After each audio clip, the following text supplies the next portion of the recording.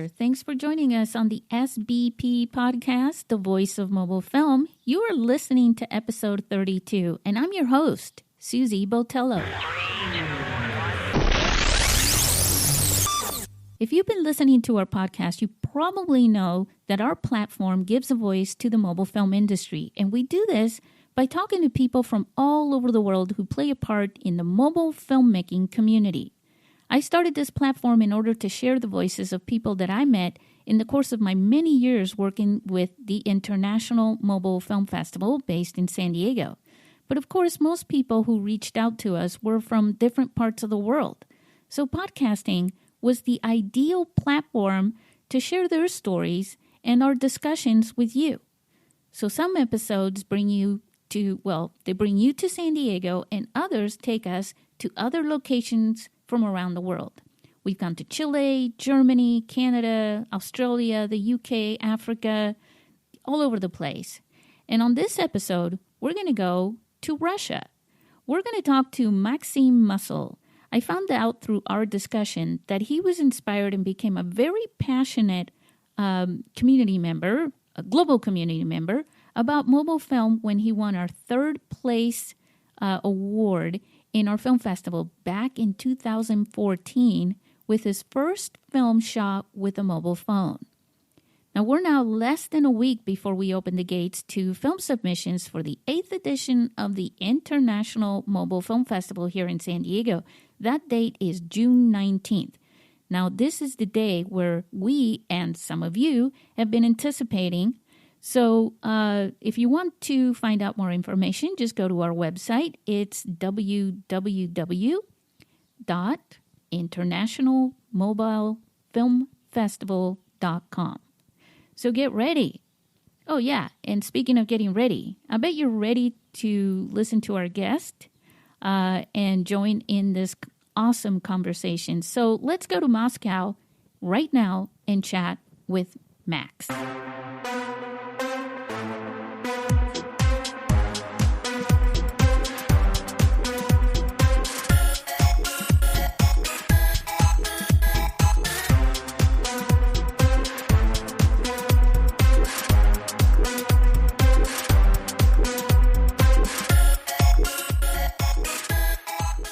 Hey, everybody. Welcome to the SBP Podcast.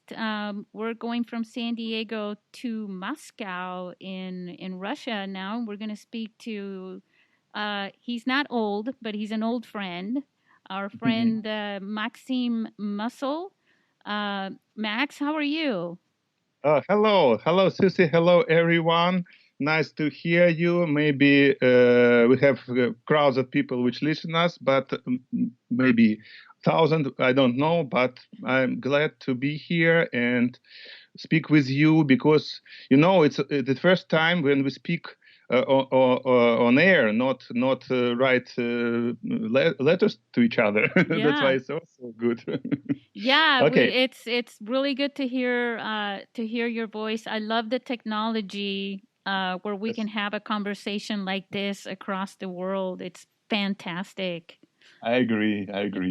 So for our listeners, I want to introduce you to them. Obviously, our podcast is based around mobile film. We say we're the voice of mobile film because we like to have people like you and give you a voice so that you can share with people who are thinking about it or maybe don't know enough about mobile film.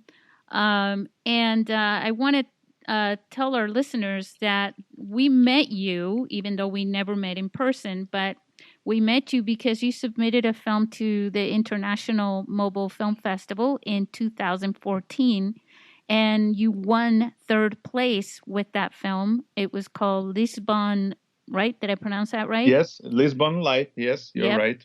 And so you shot that with an iPhone 4S. Yes. And here we are now in the 10, right? And moving forward. So this was a while back, but it's a great phone. I use it. I still use it for recording videos. It records in HD. But anyways, we're going to include a link to that film here in the notes for our listeners. So you'll have to watch that film. or Yes, well, it's you a very don't good idea. have to, but we'd like you to watch it. You might enjoy it. uh, I believe. Yes. yes. Okay. So Max, if you don't mind just sharing with our listeners a little bit about you and your history and Hmm. what so you had, first of all, you had some filmmaking or video background before you made that film, or was that even your first film? I tell you the story. It's a long story, but I try to do it shorter. Oh, You see, I interested in movies, in cinema, let's say, in the Soviet Union. Maybe listeners remember that Russia is not Russia all these years, but we have Soviet Union till 90s of the last century. And when I'm in the childhood, in a school, I interested on cinema and watch some films and do some not professional works as I can. But then I started maybe the first private advertising agency in Russia, and you know that advertising is near creative things, and it gives me more, let's say, steps to my dream. And maybe 5 or 6 years ago, I go to some short course of studying cinema. 3 months, 4 months. It's not mobile filmmaking. It's typical cameras and so on. And I do two films. One is with the actors. One is documentary. And when I do these films, I understand that I like this kind of work, but for me, it's very my idea to manage them and so on. That's why I like the creative process, but dislike this industrial story, let's say. And at that moment, we have iPhones, and I go to, let's say, vacation to Portugal, to Lisbon. And one morning I stand up and wake up and I go by tram around the city and I have the idea that I can do the film. And at that moment, I think I start to be a mobile filmmaker. Yes, and this is the first film which I do and send it to your concourse to your festival. well, just to let you know, just for a little bit there, we got cut off, but that's okay. I just wanted to Uh-huh. let our listeners know that there wasn't something wrong with their listening, their device or anything. It was just sometimes the connection on Skype will do that, especially we're so far away. I just wanted to let our listeners know that there was a little bit of a pause there, and that's why.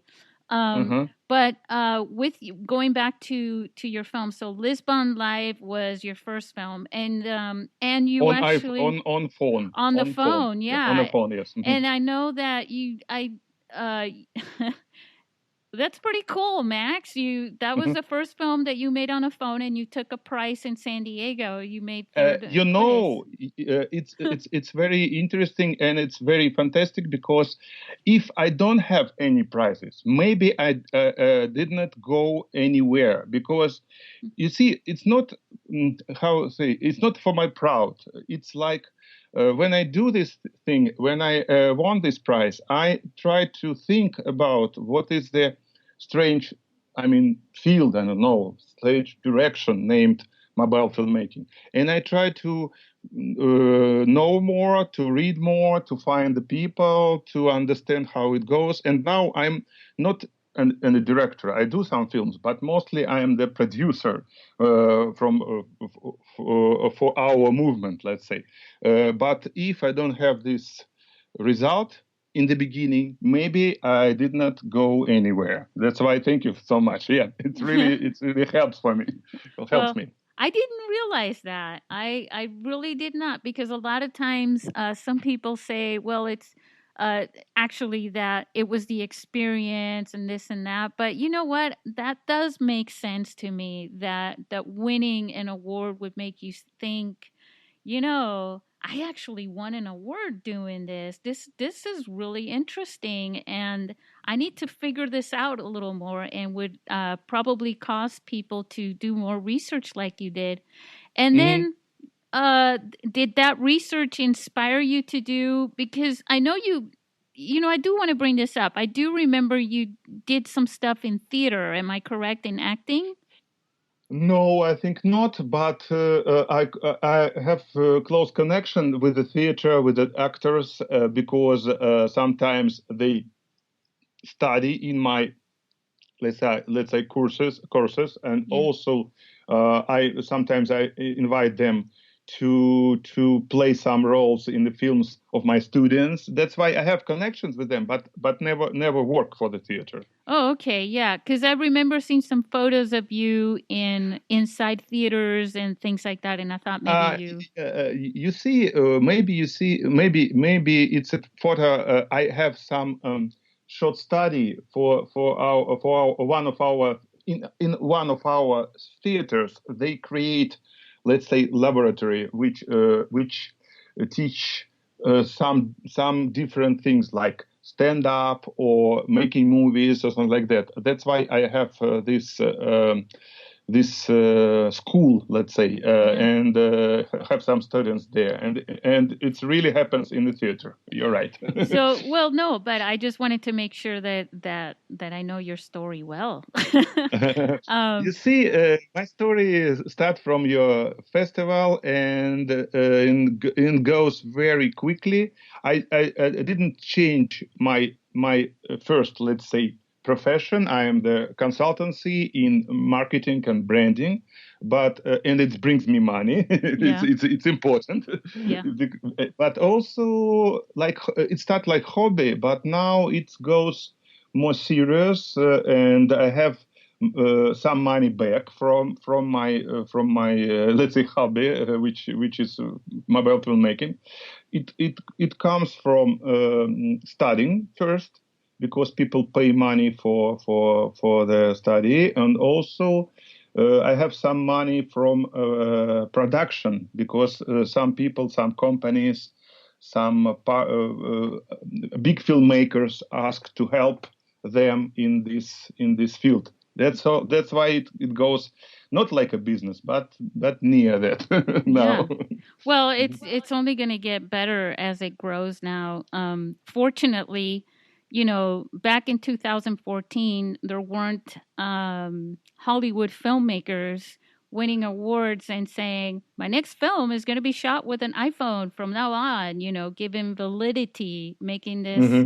more because there were a lot of professionals saying, "Oh, this is just a hobby, an interesting thing, creative thing that people are doing, but it's not real." And now to have people in the Hollywood industry making real films and real distribution companies like Magnolia Pictures picking up Tangerine and things like that, and now Tangerine is on Netflix and ran through theaters. I'm not sure if it ran in different parts of the world, but I know that No, it no, did some we here. have them, not like a big screening, but I mean, we have once or two times the screening of Tangerine in Moscow, and I see it, Yeah. and I saw it. Yes. Yeah. So, it does all those things do make that they make the voice louder for mobile filmmaking. They really emphasize that this isn't just a game. This is real. You can make quote unquote real movies with You your see, phone. Tangerine is okay, but I think the main thing for us, for mobile filmmakers, Yeah. is the Steven Soderbergh film, which is named Unsane. I don't know. Yeah. Do you have it on screens in United States? But in Russia, we have a very big, let's say, I mean, in different places, we have this film, and I be on the first show and have contact with main Russian, let's say, critics on film critic, the main. He's very famous, and I asked him what he think. Is it really a revolution in cinematography that Steven Soderbergh do this film on a phone? And he say yes, especially if he have much money, back. And now I saw on IMDb that maybe it's 20 millions till on this moment, maybe more. And it cost only $1 million. It's nothing for the professional cinematography. And he spent too much. You see, if you see Matt Damon and many other guys, which he used, I think the most money he spent to pay them for their acting. I think so. Yeah, and that's one of the things that I advocate for in mobile film is to save the money from the camera and the large crew and all that, and to put it towards the acting and towards having a good story and making sure you put that through. You see, maybe I'm most revolutionary guy, because my main thing is, which I try to tell students and in my articles and some interview, that it's you must do the film like the 100% author. I mean, to do the screen, to be a cameraman, to be a director, an actor, and it must be one person. And it's really impressive that you can do the cinema, you can do the film like only one guy, and it's and you can do the right product. Well, yeah, I've been on film sets where there are more than 100 people, working, for one, and it's still a low budget film because it's under a couple $1 million, But yeah, you really don't need it. There was a film the year before we met you. There was a film that was one guy, and he shot it and he acted in front of it, and it was about a guy who has a hit.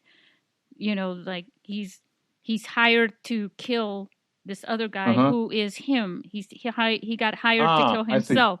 So it like was Jekyll and Hyde.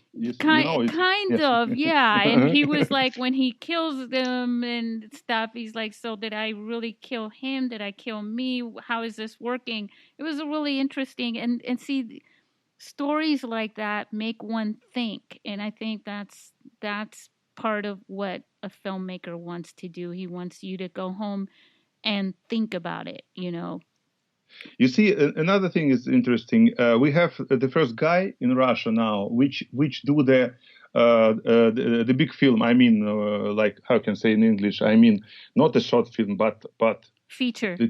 Feature film, yeah, feature film. The first feature film in Russia made by phone.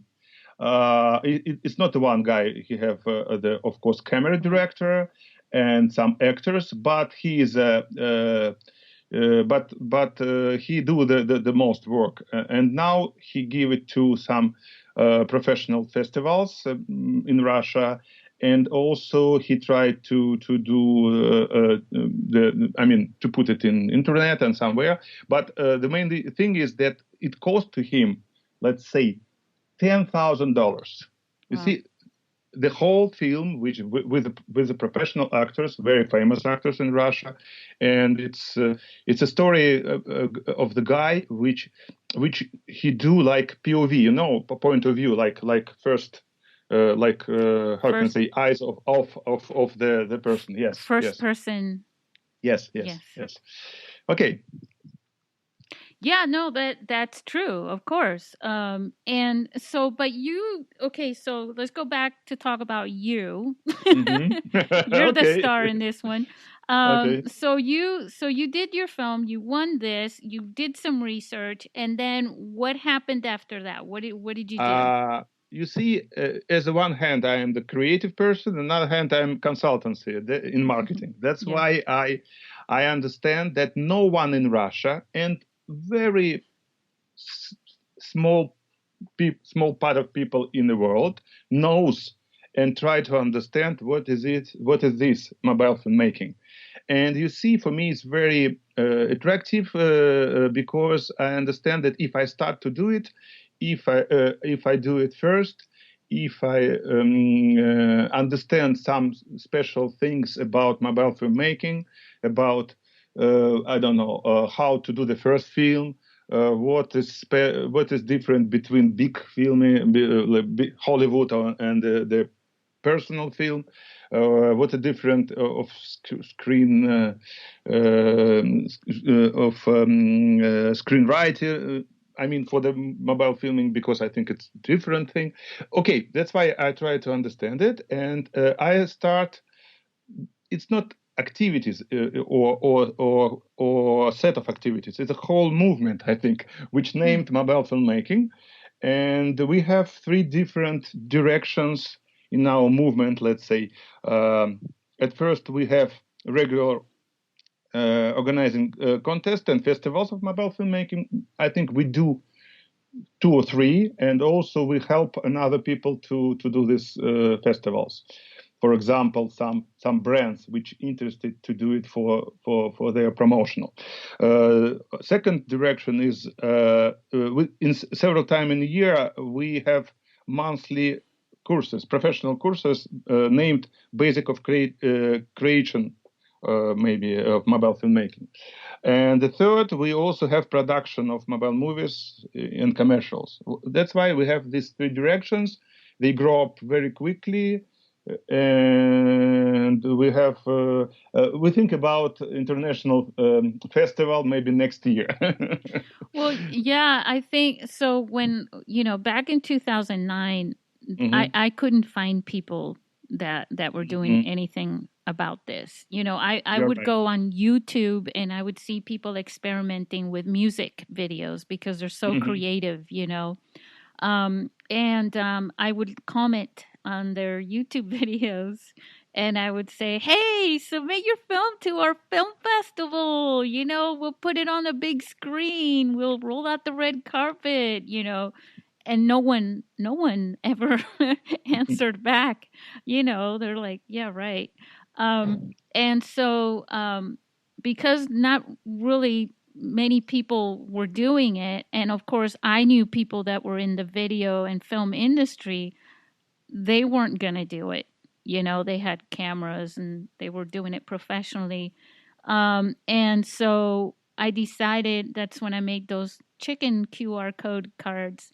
I'm going to dare people to do it. If I dare people to do it, then they'll see they can and they'll encourage themselves to do it. But I think the film festivals like mine and the few others that came along at about the same time, that was what really got the ball rolling, because now people had a reason to make the film, right. To try it. And you try by doing, and then you do it, and then you see the outcome. Like you want a film festival and you're like, wow, this is something, and then you keep the ball rolling that way. And then there were apps, after that. Yes, I know.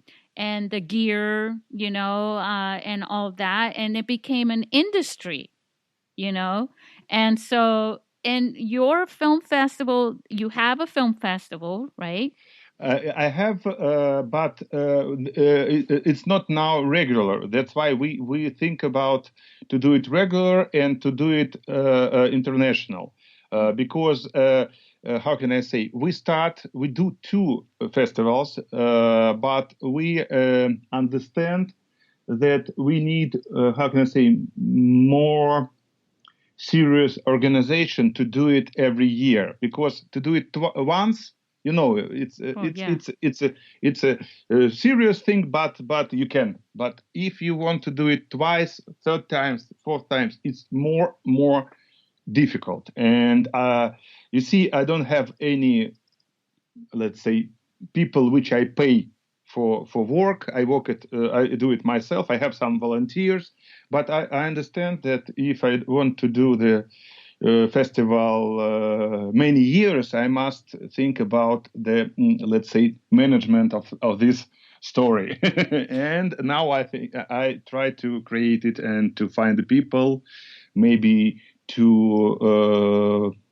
to pay some money for them. But now we have this situation. We can't do it only like fun. We must do it more professional.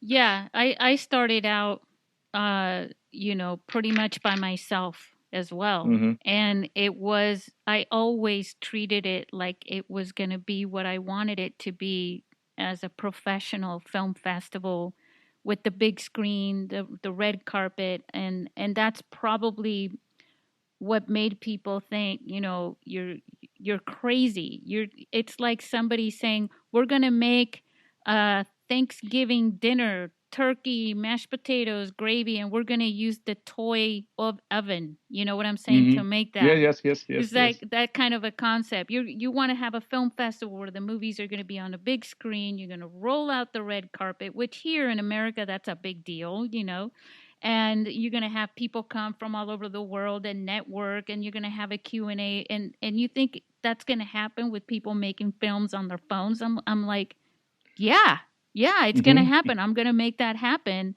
And so I always treated it like it was professional from the get-go. And I knew that once I had finally the first film festival that finally happened in 2012, I kept having to postpone it. Finally, in April 2012, I had the first one. I knew that now the stress was on, the pressure was on, because next year at the same date, I had to have another one, and then another one, and then another one. So yeah, that's why I understand it, and that's why I use these two festivals which we do in Russia last year. How can I say, like test. We understand many things. We also, I don't know, maybe I sent you a link because we on the first of our festivals we have Grand Prix of the girl named Natasha, and after us she won the Grand Prix in Zurich, and then he's the first person. oh, you faded away again. Sorry about that, listeners. That's why yes. You faded away. So yes, you said that he was in Zurich, and then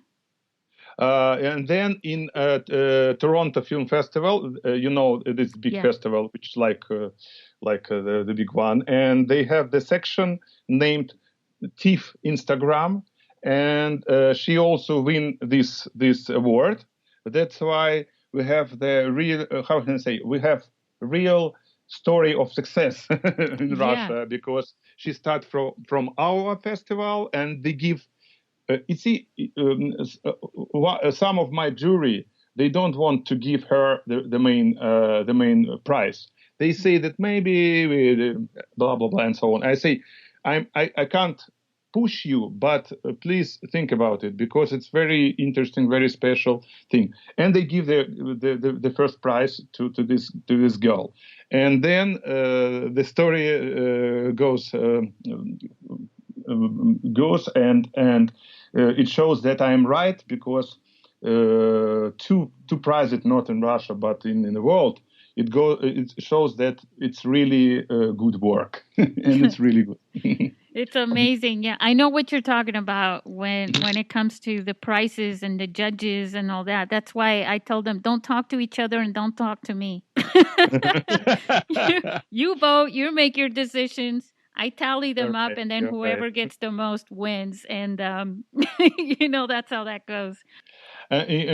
Susie, another thing is interesting. I think we can discuss it. That in Russia, it's more simple to cross the border between professional cinematography and mobile, let's say professional, not big industrial cinematography and mobile filmmaking. I don't know why. Maybe because we don't have so strong, I don't know, let's say lobby of professional cinematographers. I don't know, but they interested in the work which we do.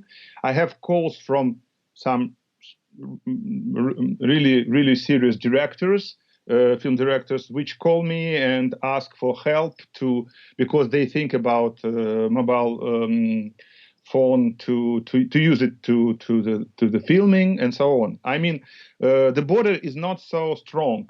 As I understand, in States it's more difficult situation. Well, I'll tell you what I think. This is my personal opinion from my experience and being here and hearing and watching and learning.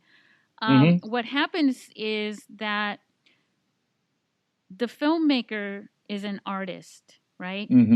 And the business of filmmaking is about marketing and getting a return on the investment of funding a filmmaker. You're right. And I think that's a heavier thing here because of Hollywood and that competition. Everybody's competing with Hollywood, right? Where, for example, the big theaters here are very rarely gonna distribute and put how should I say this, screen independent films as much as the big Hollywood home box office type hits. But the filmmaker, him or herself, is an artist, and a lot of them see what from what I'm gathering, they realize that because they're going to use a phone and they don't need that much funding, that means they don't owe anyone. So that means they get to have more control over how they film, how artistic they can get, and how much control they have of their story and film. You're right, but also don't forget about internet. I know that it's a big problem to monitor. How can I say to get money from internet, but I think it's no way for mobile filmmaking and for independent directors, but only to find the ways how to get how can I say money for their work from the internet. Maybe with Bitcoin, I don't know, platform or something like that, because now it's very famous direction, as I know. Yeah, I think the internet has always been, part of this story that we're telling with mobile film. Of course, the like the problem that I see here sometimes is that some of the independent filmmakers, they like the internet, but they still want the big distribution. You know what I'm saying? They still want to see their film at the AMC, the big cinema where I don't know, Indiana Jones is playing or Superman, and their film is also there. That kind of a thing. But it's funny because cable television is now paralleling their distribution on the internet as well. Yeah. So yes, you see, it looks like as maybe we discussed our book, which we wrote with my wife, and it's the same story. You of course you can do your book by let's say electronic, let's say I don't know format. Let's say, yes, but every author want to have a hard copy. Well, yeah. It's like it's only at that moment you understand that you're a real author, Yeah, but there was a period of time though when the paperback book, everybody wanted, an e-reader and the ebook. It's like, ooh, it's in digital version. How cool. And now it's more like, yeah, but we want the book. Like that's the real thing. And it kind of goes back and forth, but you're right. Let's talk about your book now, though. Speaking of that. You see, it's very funny because when I start this project, when I win this prize, the first thing which I have in my mind is that I want to, how can I say, to help millions of people. Believe me, it's my dream. I do believe you. People. Yes, yes. I have that in common with you. Okay. To give millions of people a possibility to do the first film on a phone, and give them some very simple but serious don't know, answers and questions that if they know it, they do it without any problem. And we start to do this book. From the beginning, I look at Amazon to understand what kind of, let's say, books we have at that moment about mobile filmmaking. And I understand that it's only, let's say, 2 or 3 books, and not really now is not really the situation has not really changed. But we look at these books, most of them is on English, and we understand that the authors, they try to, let's say, speak about cinematography, how to do the picture, how to work with the actors, how to do mise-en-scène, I don't know. And I understand that for the person which is the first time take the phone, with a serious idea and try to do the film, they don't know, they don't need to know how, let's say, how to work with an actors. He or she must understand how to switch the quality in the biggest, let's say, size, and many other simple things. That's why we wrote this book with my wife, Olga. She is a professional screenwriter, and she helps me. And the book named 100 Steps to the Creation of Mobile Cinema or Mobile Filmmaking. And it's really looks like 100 pages with very funny pictures and very small text. Let's say the first step, the second step, the third step, and it goes like that. And now we have also online, and we now on a process of translation to English. Max, go back a little bit, so because it got cut off again. Yes. So the 100 steps of 100 steps. Right, and you said it's a very simplified version of the instruction, right? Yes, you're right. It's instruction for any person who want to do his or her first film, and it's 100 steps. Let's say where you can get your idea. First step, second step, I don't know. How to do the size of the quality of your film the best way in your cell phone. Say, I don't know. Third, let's speak about light. What kind of problems you have with light, and so on, and then till the end, the last, let's say, steps is how to promote yourself. How to take part in festivals, right, as I do, and so on and so on. And now we try to translate it in English, and I believe that in autumn, near autumn, we have it in Amazon on English. That's fantastic. We'll have to update everybody on that. I like the idea for your book, because that's one of the things that I like to tell people when I go to do a workshop. If you start talking about frames per second and a lot of the terminology and the concepts of film, you lose people who are just everyday. And it could, I've had workshops where there's a dentist, you're right, and things like that. And all they want to do is just make a video about something, or an idea, or a film about a story idea they have. They don't, if you take them down that long path, like a college or, film school would, they'll get lost and they'll lose their interest, because they're not doing it as a career form, type of a thing.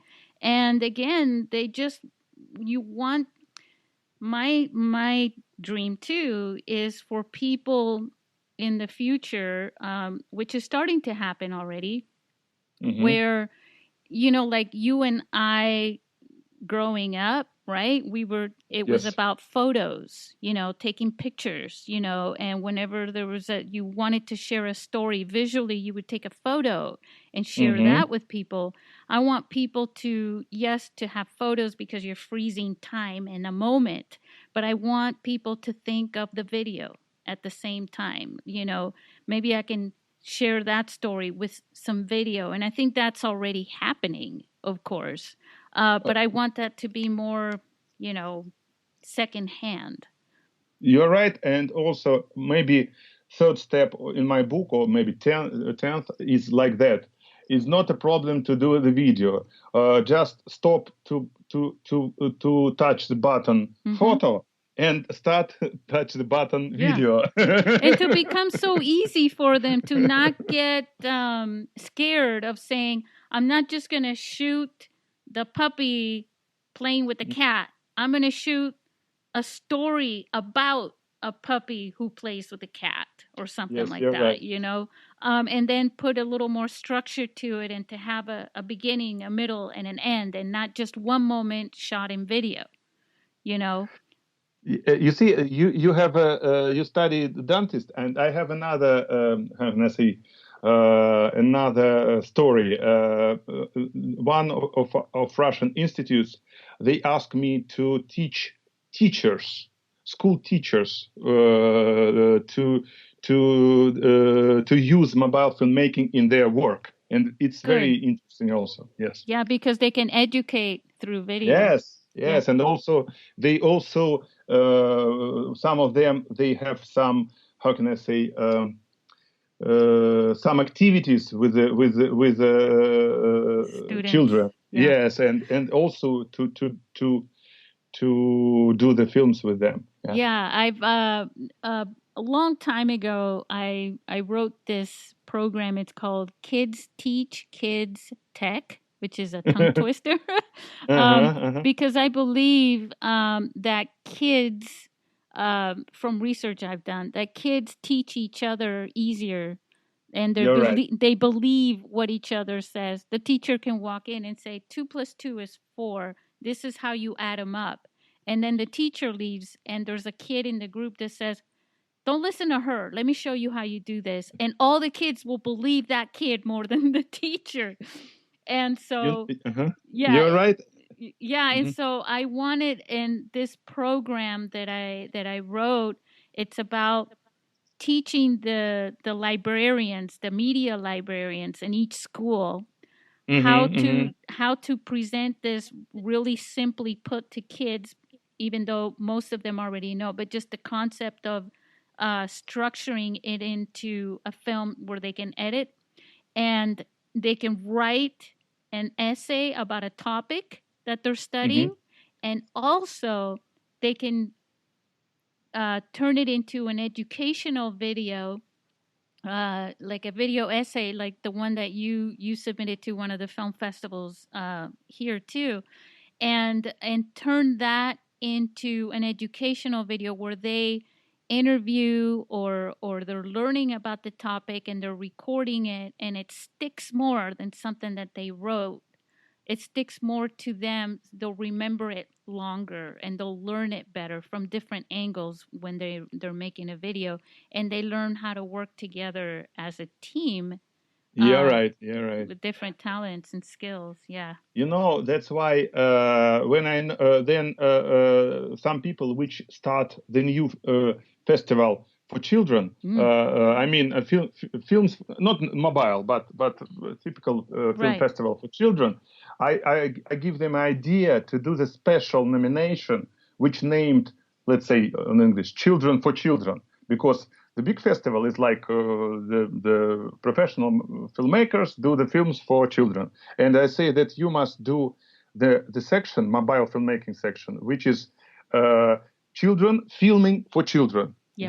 They say they give their own stories and do it on mobile filmmaking. And they start this program. I believe that in next year they have this nomination of this festival, which is special for the children, by the children, and they shoot it on mobile phones. And they learn storytelling, which is crucial. Yes. For their development. You see, the storytelling is now, I think, the most popular word in the world. Right. Well, it should be, because storytelling, we wouldn't be the humans that we are today We Mm-hmm. wouldn't even have learned to speak. We never would have Mm-hmm. learned language had we not had a need to share stories. It's very funny thing. We have Darren Aronofsky, the director in Moscow, in a festival named Telling Stories. He's he is a headliner of this festival, and I have a question to him on a press conference. Of course, I do it on mobile phone with a grip and so on. Awesome. Yes, and ask him what he think about mobile filmmaking.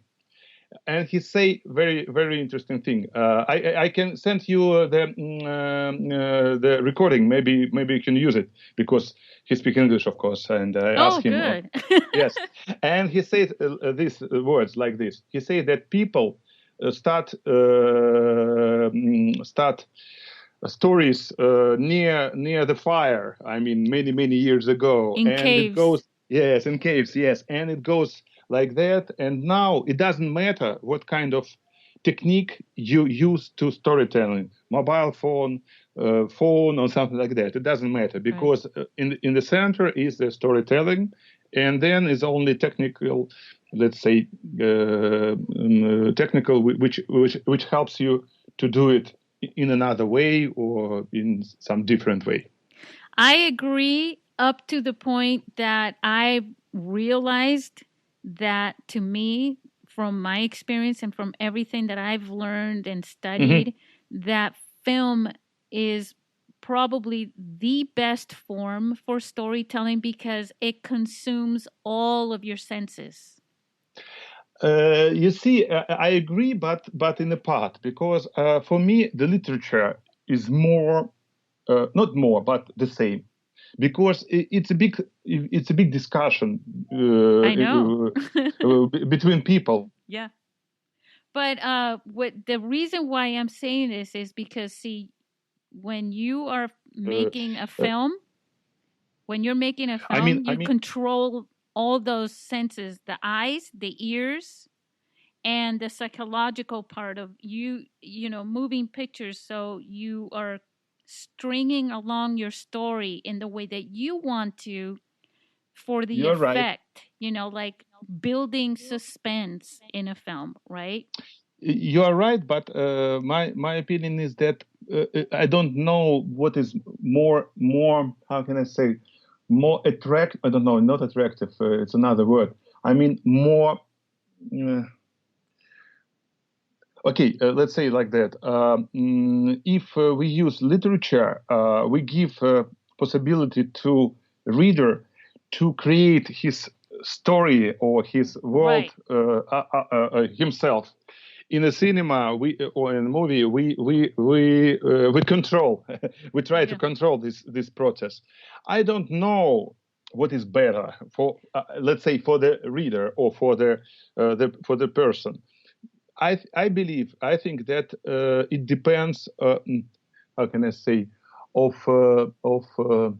situation and also the person. Yeah, Some I person. understand both sides, but they're both in a way different because one of them is the control is in the reader, their imagination. Like when I Mhm, read something, I mhm. start to connect it to me. See, Yes, what that story that I'm reading is about me. yes, In you're right. the other sense, in a film, that film is you are in that film. So Hmm. it's not so much the story is about you because you turn it that way. It's about now you are a completely different person. You are the character in the Oh, yeah, you're right. film. So to me that's why I say it's the best form of storytelling because when you have like the person in the cave, right, in the old times, Hmm. and they're describing how they almost died hunting, right? Hmm. Hmm. They're trying to give you that feeling of this is what it's like to be me. Forget you. It's about Hmm. me. I almost got eaten by a lion, or something. The last thing which I want to say, tell you about this is Yeah. that my feeling is, I don't know what yours, maybe you tell. My feeling is, and I say it in any article, any speech, and everywhere. I think that mobile filmmaking or movies which you do with the cell phones must have the different language, not the language which use typical, let's say, cinema. It must be the different language because of I don't know of style of picture, because of how can I say in English? Okay, just say like that. That for me it must be the different language. And when I saw mobile filmmaking now, I mean in the festival and so on, I let's say not never, but mostly see that the people, I mean, which shoot on mobile phone, try to not to copy, but looks like they try to copy big cinematography, and I think it must be absolutely different, more personal stories. more Yes, personal. I think so. Yeah, I think so. Yeah, I think so. I kind of agree with you in many Hmm. ways because Hmm. I see, because this was, from back when I first saw this and worked so hard to do the film festival and everything. I got really excited a few years ago because I started to see of an emergence of a new genre in the Hmm. film industry, something that you can do and achieve with a mobile phone in a film with a mobile phone that you can't achieve with a big crew and the big cameras and things like that. Yeah, this is my opinion. This is my point. Yeah. Yes. Yeah, and I agree with you there too. See, there's so many different sides to this topic, and I'm not 100% on this and that and that. I do Hmm. see all the possibilities of what this does for people. But what I agree with you. It yeah, is my position also. Yes, but in yeah. my dreams, I believe that we start with you special, different direction of art. I think so. Yeah, it is, and it's really interesting, and it's evolving, and I think, like the Hollywood filmmaker Steven Soderbergh, who made his Yes. film Unsane. He took advantage of the fact he didn't make that film in the same sense he would have made it with a big camera and a crew. And he say it in an interview, and maybe you listen his interview. He's fantastic because he says so much interesting words about the process. Yeah, it's different, and it's something to take advantage of instead of treating it like. And no, I didn't hear an interview, but it's something. I sent you a link. It's very interesting. Yes, it's very interesting. Yeah, send me a link. Hmm. Because it's the way that you can take advantage of the tool to Hmm. use it to create something quite special and unique and more personal and more geared towards independent filmmaking, which is more personal than the Hollywood marketable generic. It's like a burger versus what your mom makes at home and Yes, going you're out to right. McDonald's or something. You're right. It's a good. How can Analogy. I say? Yes, analogy. You're right. Yes. Hey, Mm. I want to play a little game with you. Okay. And I didn't tell you about that because I didn't have the time and I wasn't sure how to even explain it to you, but Okay. in writing. But there's a little game that I play with a lot of people here on our podcast. It's called the Hmm. shout out game. It's when you give a shout out to something, and so Uh-huh. what I would like you've got, I'm going to give you 20 seconds. Uh-huh. It's not a lot of time, you know that, Okay. to give a shout out to, let's pick a topic here of a list that you could give. How about your favorite movies?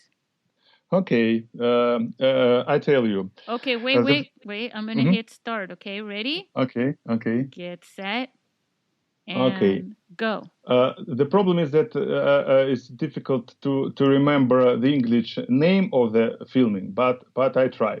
Okay, Uh, wait. Let me start over then. mhm. Let me start again. Okay, ready? I know it's hard. I know. Yes.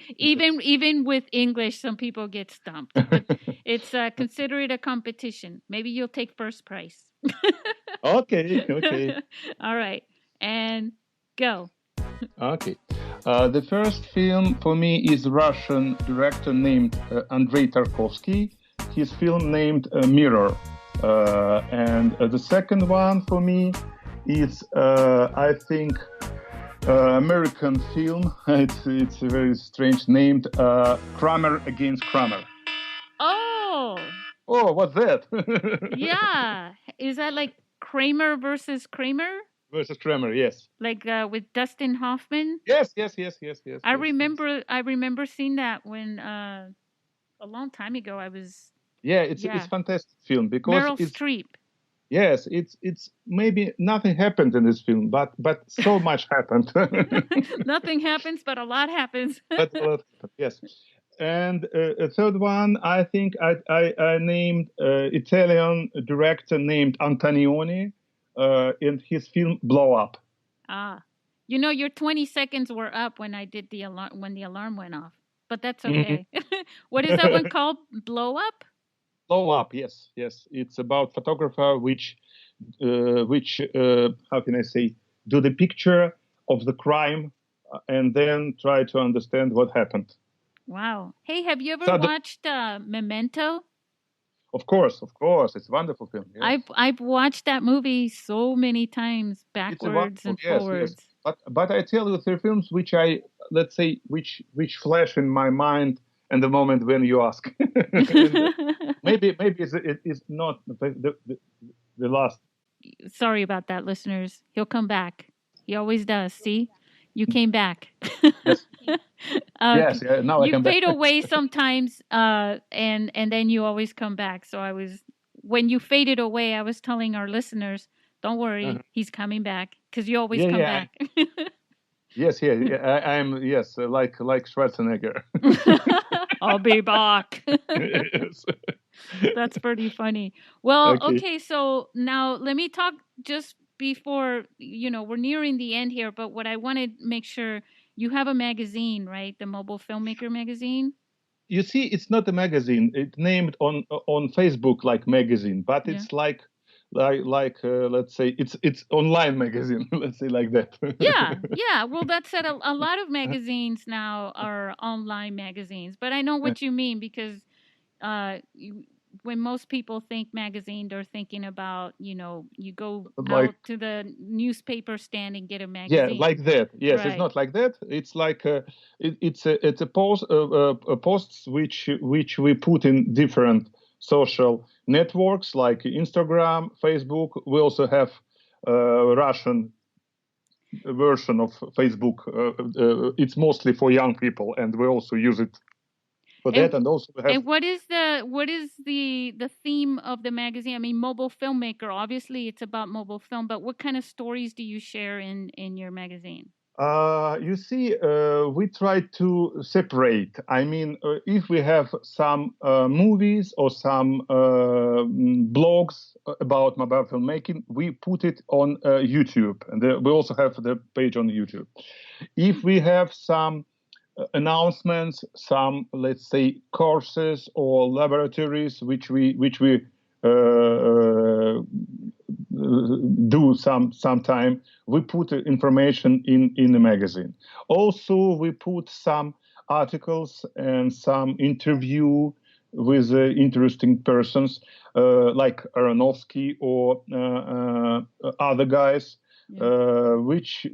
which is from the big cinematography, and we want to know their opinion about mobile filmmaking Oh, and something like that.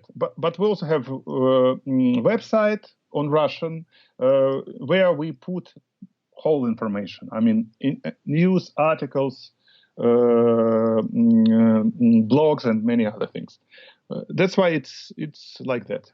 Yeah, no, that sounds really interesting. Sounds like it's a variety of different things that go on there. Yes, yes. And obviously that's in Russian, right? Yeah, yes.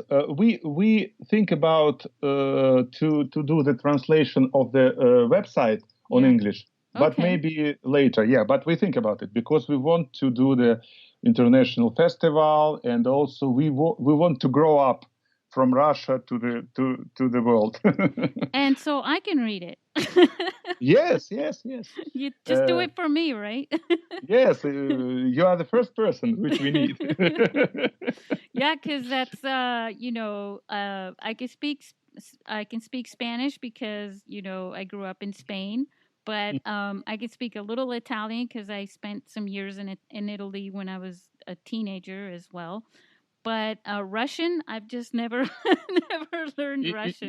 It's really difficult, I think so. It's better for us to translate it to English or to Spain Yeah, right. than to you to teach Russian. I think you don't need it.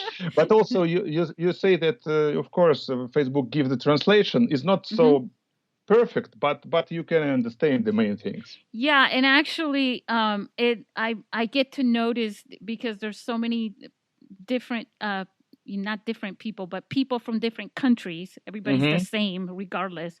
And I get to notice when they post something, and I used to, before they did the translations, I would copy and paste it on Google, to translate it.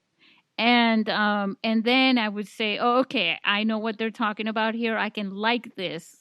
You're right. You're right. Um, You see. For me, it's very difficult to do it when I first time do it on Hebrew because it's wow. mostly a strange language. But the translation of Google or Facebook, it's okay it's for getting Hebrew better. also. It's Yes, getting yes. better. I noticed French for some reason is the hardest for them to translate because I read it and I say there is no way that they said this in the way that they tend to get Right. things backwards because it's the structure of the sentences.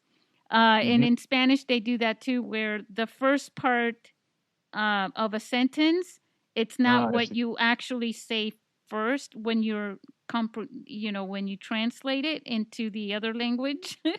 So they kind of say things backwards, and I'm like, what are you saying? But for Russian, they do pretty good on yours. I actually could make out what you were saying. And most But of your posts are about mobile films, so I kind of like it. Oh, great, great. And I think we can use our how can I say own not own but the language which we use all around the world. I mean the language of mobile filmmaking. There you go. I knew where you were getting to. I was just waiting for you to spill it out somehow. That's awesome. Yeah, I'm with you. I know that I really enjoyed the conversation because I like the discussion of the different opinions about one way or another, and I think a lot of what you've shared here today is really interesting. And then I see that there's so much in common as well, not just with you and me, but with people who are following the movement of mobile filmmaking. Yes, you're right. And we're in a good time right now, to keep this going because it's growing. More and more people are finding how powerful, how to empower their stories using, what they already have and making the stories, like what you were saying, more personal You're right. in film. I love it. And I think that's what people want because what happens is the people that are making the films are sharing these stories, but also gives people who would like to watch films more of a choice to. It's like a box of chocolates, right? To going back to Yes. Forrest Gump. You're It's right. like there's more chocolates to choose from. Okay. All right. Well, is there anything else that you'd like to share? You see, as I tell you in the beginning, it's the first time for me to speak on English You did great. Thank you so much. And for me, it's a big step. And thank you because you again give me a step. First, it's in the prize. Second is this podcast. Thank you because for me it's another step, and I believe that everything which we do in Russia with our people, with our directors, I can describe and can present in the world, and for me it's very important. That's why you give me this chance. Well, good. I'm glad. I like doing that. I think now you'll feel more comfortable when someone says, "I need you to explain or teach or talk in English," right? Mm-hmm. Yes. To That's share why it I with the noted world. it. Yeah. Yeah, I love it. And maybe you'll be in another podcast now. People will say, "Oh, he could speak English fine. He's going to be It's in my better. podcast." It's better than the Yeah. first time. Okay. Definitely. Thank you All so right. much. Well, hey, what time is it there now? Now it's 10, 11 in the morning. Oh, nice. Very nice. It's 12:11 a.m. here. I And understand. It's so, 12 hours between yeah. us. Well, it's been a long day for me, but it could be 8 o'clock in the evening for all I know. I really enjoy the conversation. It's about something we both love, so it Yes, makes you're it right. great. But I'll let you go so you can have fun on your Wednesday. Is it Wednesday there now, right? Yes, now we have another day, not 12 as you, not Right. 12 as you. Well, that's Yes. okay. In a few hours, I'll be up doing it all over again. Yes, you're right. All right. Okay. Well, hey, thank you for listening, listeners, and Max will say hi, goodbye to our listeners until next time, and we'll share links on the notes Yes. and some photos. We'll write about it on our blog as well, and we'll share the photos and the links and the video that when you third prize and some other stuff. Thank you so much. I believe that I see you, and we have another talks. Let's go further. Yes, look further. Right on. Okay. Thank Goodbye. you Thank so you. much. Bye bye. Bye bye.